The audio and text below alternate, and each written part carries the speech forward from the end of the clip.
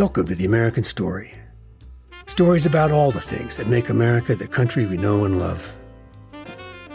Thank you for subscribing to the American Story podcast on your favorite podcast app, leaving a 5-star review on that app, and sharing these stories with family, friends, and neighbors. Thanks to you, we are reaching more listeners every week. This is Chris Flannery with the Claremont Institute. I call this one Hank's Roadside Bar and Grill. The American Story isn't just history. We write the American story ourselves every day with the choices we make as individuals and as a country. Anyone following American professional sports since August 26, 2016, will be familiar with the image of millionaire athletes kneeling in their stadiums or arenas at the beginning of games when thousands of fans are standing.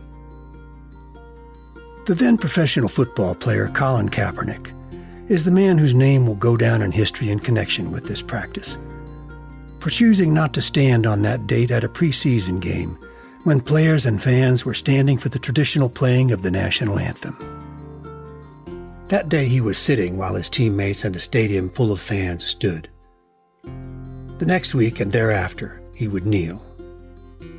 As he explained, "I am not going to stand up to show pride in a flag for a country that oppresses black people and people of color." A few years later, Mr. Kaepernick ventured into foreign policy. On January 3, 2020, an American drone strike outside Baghdad International Airport killed Iranian General Qasem Soleimani. Soleimani was one of the most powerful men in an Iranian regime designated as a state sponsor of terrorism for decades. He was responsible for killing hundreds of Americans in the Iraq War and spreading anti-American terrorism throughout the Middle East. Just the week before, Soleimani's henchmen had orchestrated an attack on the U.S. Embassy in Baghdad. According to the American Secretary of State, he was planning further attacks that posed an imminent threat.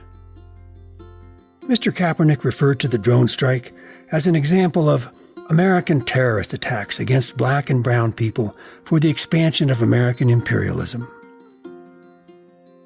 Colin Kaepernick possesses no qualification that would give any serious person a reason to care what he thinks about American politics or military strategy. But as Abraham Lincoln said, and as these stories repeat for listeners who may not yet have committed it to memory, in this and like communities, public sentiment is everything. With public sentiment, nothing can fail. Without it, nothing can succeed. Consequently, he who molds public sentiment goes deeper than he who enacts statutes or pronounces decisions. He makes statutes and decisions possible or impossible to be executed.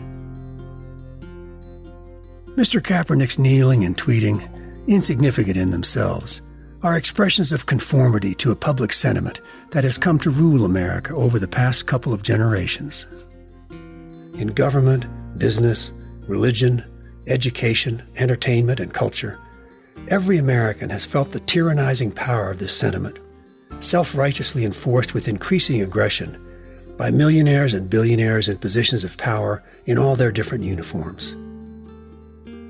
This is the public sentiment the New York Times' 1619 Project, the critical race theory advocates, the Black Lives Matter movement and their allies aspire to teach to every school child in America.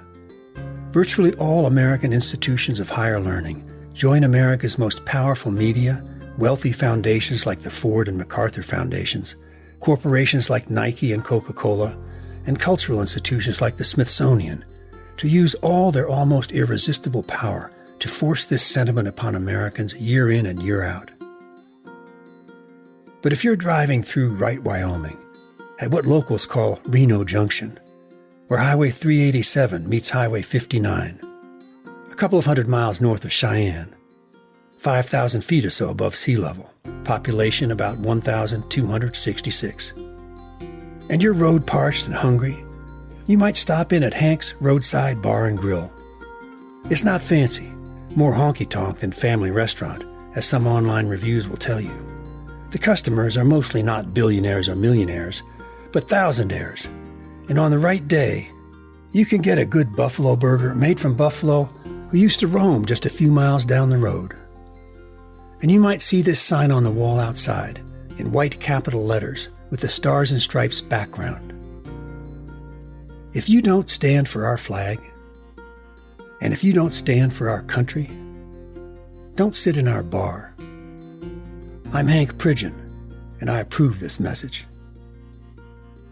Mr. Pridgeon's public sentiment is opposed to Mr. Kaepernick's sentiment. As far as I can tell, the gulf between these two public sentiments is the great divide in the American House today. A divide as great and as fundamental as the divide in 1776 and in 1860. The most important thing at stake in all American elections these days is which of these public sentiments will prevail. All policy questions are secondary and derivative. It is on this question that the American story depends in our time. On game days, when our public health experts don't get carried away, every sports stadium and arena in the country is filled with fans eager to celebrate publicly the sentiment of Hank's Roadside Bar and Grill. And these fans represent the overwhelming majority of Americans, increasing millions of increasingly active citizens who need only to keep standing to write the next historic chapter of the American story. I'm Chris Flannery, and I approve this message.